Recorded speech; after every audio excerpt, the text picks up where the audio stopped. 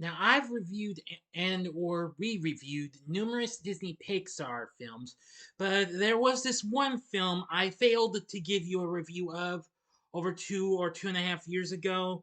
But since January is usually a month where I like to do bad movies or films that I need to make up for lost time and review that I'm long overdue, well, strap yourselves in because we're going to head to Radiator Springs and give you this long overdue review of Disney and Pixar's Cars. Big D's Entertainment Rankings and Reviews.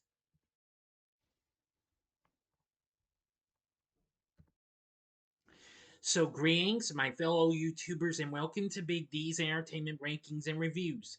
My name is Dewall, better known to as the Big D, and this time around I bring to you a review of the 2006 sports comedy flick Cars. Of course, it's an animated film released by Disney and produced by Pixar. Directed by John Lasseter, co-directed by Joe Ranft, and was the final film independently produced by Pixar after Disney purchased it, as it was released in June of 2006. So it was almost a half a year when it was picked up. It made its premiere at Lowe's Motor Speedway on May 26th the same year.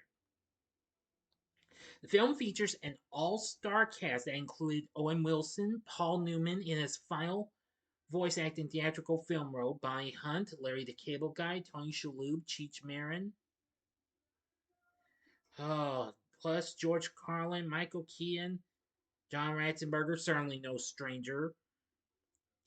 Oh, the list goes on and what have you.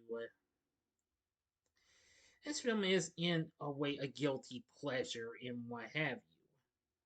But anyway, I really thought this was pretty good and what have you. Anyway, it focuses on a selfish and arrogant young race car named Lightning McQueen, who, on the way to the most important race of his life, becomes stranded in a forgotten town along Route 66, known as Radiator Springs, where he learns about friendship and begins to reevaluate his priorities.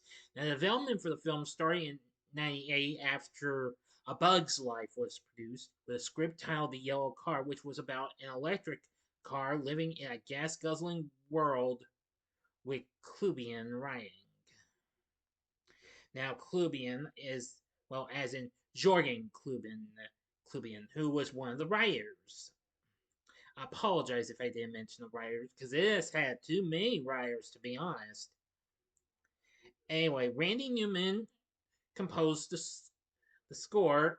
Sheryl Crow, Rascal Flatts, John Mayer, and Brad Paisley contributed to the film's soundtrack. The film was inspired by Lasseter's experiences on a cross-country road trip. Anyway, now Cars was to be the next film after A Bug's Life to be released in '99, but it was scrapped in favor of Toy Story 2. But after numerous changes, it got released in the summer of 2006. Okay, that about covers it. Let's get into the story.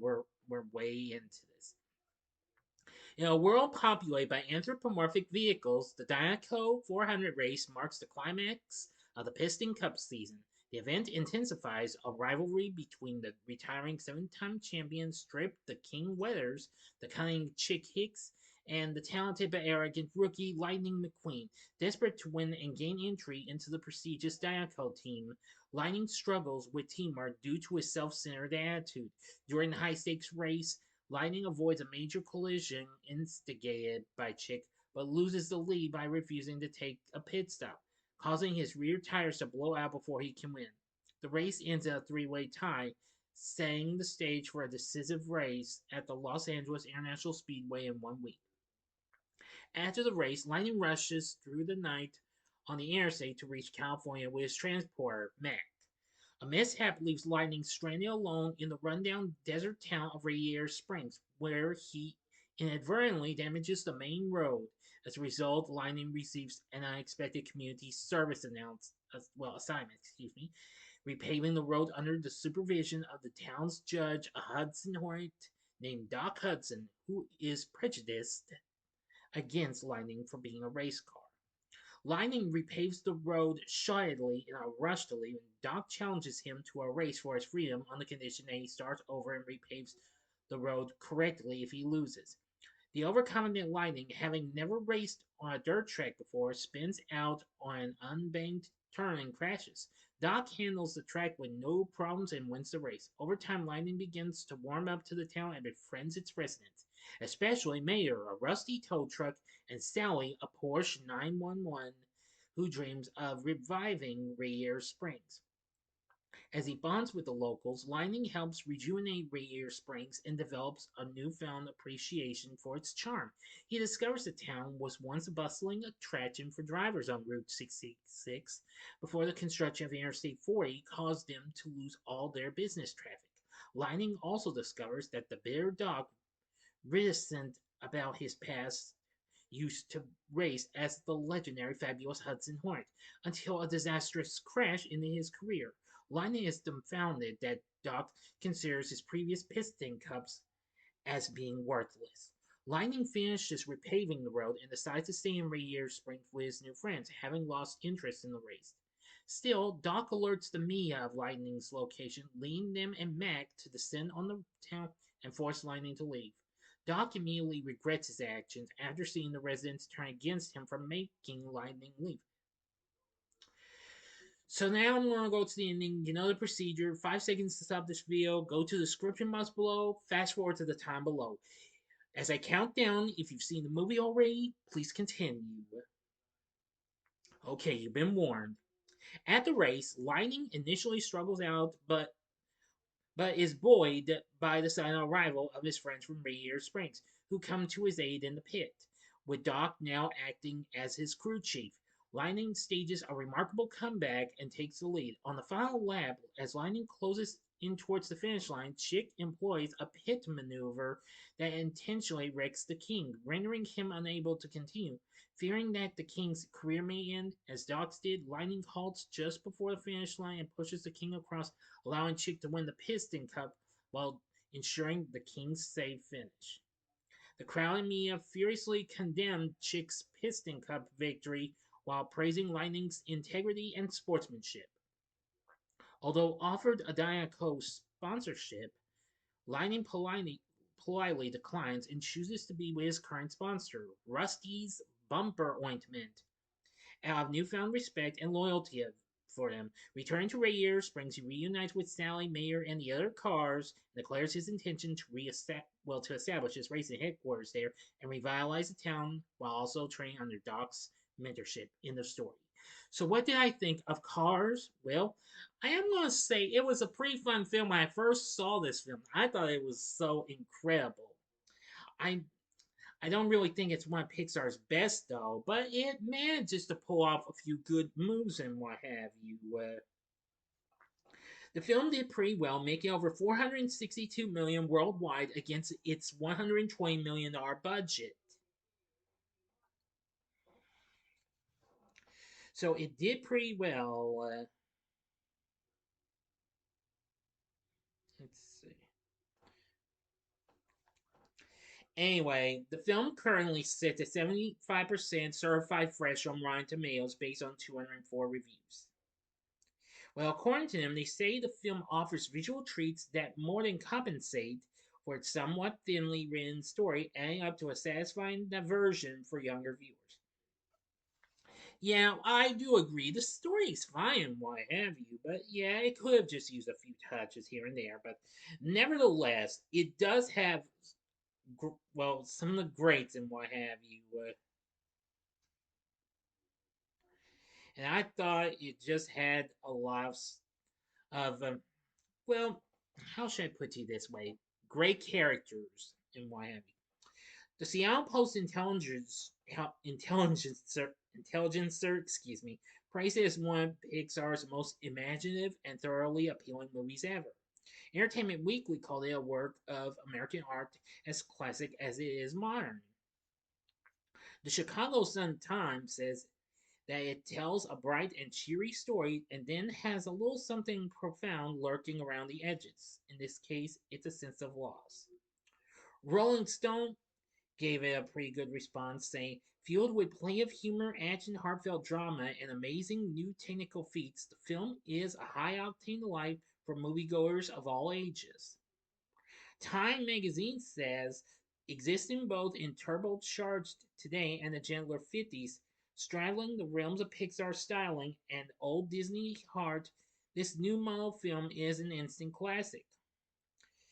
But there were some pretty terrible responses. Variety said, despite representing another impressive technical achievement, it's the least visually interesting of the computer animation boutique's movies, and in an ironic twist for a story about auto racing drifts slowly through its semi-arid midsection. Well, that's understandable.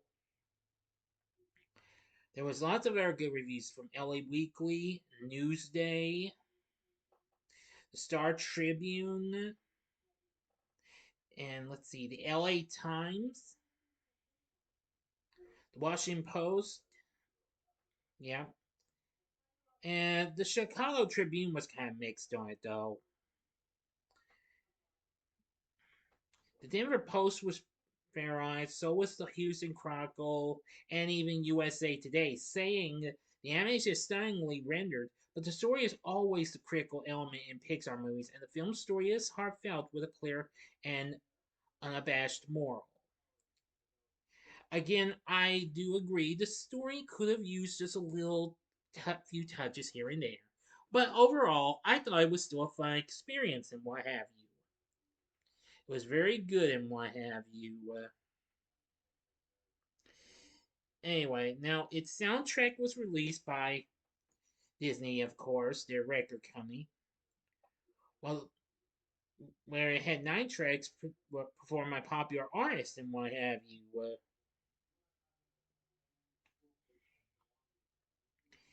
Now, it eventually became it sold 1 million copies here in the U.S., where it had some songs on there, including "Real Gone" by Sheryl Crow. There was even Route 66, the original version by Chuck Berry, as well as a cover by John Mayer. Which, fun fact, that wouldn't be the first time we would hear Route 66 in a movie, because the same year this, if I recall correctly, was yeah, it was about the same year this came out. I believe, yeah, we also got to hear the cast of the underrated film RV sing that as well. Let's see. Rascal Flatts performed a cover of Tom Cochran's hit "Life Is a Highway," and James Taylor performed the song "Our Town."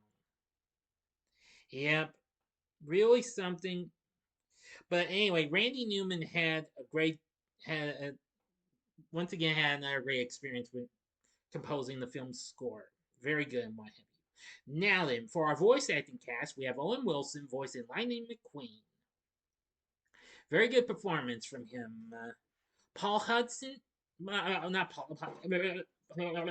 I'm got tongue tied. Paul Newman voiced Doc Hudson. My mistake, folks. I hate when I get carried away. Yeah, his final performance is Doc Hudson. He passed away 2 years. Now, of course, Newman, of course, passed away 2 years later after this film was released. He plays does the voice of Doc Hudson, a great character. Bonnie Hunt would voice Sally. She's very good. Of course, she'd go on to voice Dolly in Toy Story 3 and 4. Larry the Cable Guy, which my friend Ogre Boy 92, if you're watching, I know you don't like him, and I'm understanding. Well, he was pretty good as mayor, in my opinion, because I was a fan of his at the time. Tony Shalhoub, who of course was already big on TV's Monk at the time, and of course he recently appeared in the first two Man in Black films, voiced Luigi, a yellow 1959 Fiat 500. Cheech Marin voices Ramon, a 1959 Chevrolet Impala lowrider who has different colors in each sequence of the film. Let's see. We have Michael Wallace voicing Sheriff, a 1949 Mercury 8 Coupe. George Carlin voiced Fillmore in Aquamarine 1960 Volkswagen Type 2. Paul Dooley as Sarge, a 1941 Willys Jeep in the style of the U.S. military's usage. And Jennifer Lewis as Flo, an Aquamarine 1957 General Motors Motorama show car. Guido Quaroni voices Guido, a custom blue forklift who resembles a BMW at the front and only speaks Italian. We have Richard Pay, yes, the legendary race car driver himself, voicing Strip the King Withers, a blue 1970 Plymouth Superbird stock car. Michael Keaton voices Chick Hicks, a green race car described by Pixar as a generic 80s stock car. There's some others. We have John Ratzenberger, someone who's no stranger to Pixar, voicing Mac. And then there's Lizzie, voiced by the late great Katherine Hellman. You may know her from TV Soap and Who's the Boss, voicing Lizzie, a black 1923 Ford Model T. Joe Ranft voiced Red, the fire engine. This would be, yeah. He also voiced Jerry Recycled Batteries, a grumpy red cab over Peterbilt, who lightning mistakes for Mag while he's lost. These were Ram's last two voices before he passed away a year before this. Let's see. Now there's Lightning's agent who's never on screen. He was voiced by two different people. In the US, he's voiced by Jeremy Piven, who most people knew him from numerous films, and also HBO's Entourage. Let's see. In the UK release, he's voiced by Jeremy Clarkson. Bob Costas, another familiar name from HBO, because of course he had his own show on the network. I believe he was also on Inside the NFL. He voices Bob Cutlass. Incredible. Daryl Waltrip, another familiar drivers lent his voice. Let's see. And even Dale Earnhardt Jr. And we even have Mario Andre. Oh, plus a lot of others and what have you. Now, during the credits, you will see some familiar automobile takes on recent Pixar films. Anyway, this was really incredible. Cars, well, it may not be one of Pixar's best, but I still feel like it's a pretty underrated film. But still fun, though. It would go on to become a Mia franchise, having some, Tall Tales with Mater and something like that, and other shorts that contained him and Lightning, plus two sequels as well as two spin-off films produced by Disney Toon Studios called Planes. Those I haven't seen yet. So with everything said, with a fine story, a great soundtrack and score, and a great voice acting cast and great characters, Cars is pretty good. But would I recommend it? I'd say, sure, go ahead, give it a try. You might like it. So that's about all I'm going to tell you for this. What did you think of Cars? Let me know in the comments section below. If you liked the video, click the like button, subscribe, and be a part of the Big D Nation. And stay tuned. I might give a head if I can squeeze these in. I'll try and review when I get the next two. I'm going to try and review the others as well. So and join me next time for the return of the wide world of game shows as I talk about Debt. So thank you for watching, and if you like this, consider checking out these other Disney Pixar films. In the upper left-hand corner is my re-review of Toy Story, the film that put them on the map in 1995. The upper right-hand corner is my review of A Bug's Life from 1998. Or go to the bottom left-hand corner and see my review of Monsters Incorporated from 2001. And the bottom right-hand corner is the button you can click to subscribe. If you like rankings and reviews on movies, TV, music, video games, etc., then I'm your guy. Thank you for watching. Until next time, I'm the Big D saying, see ya.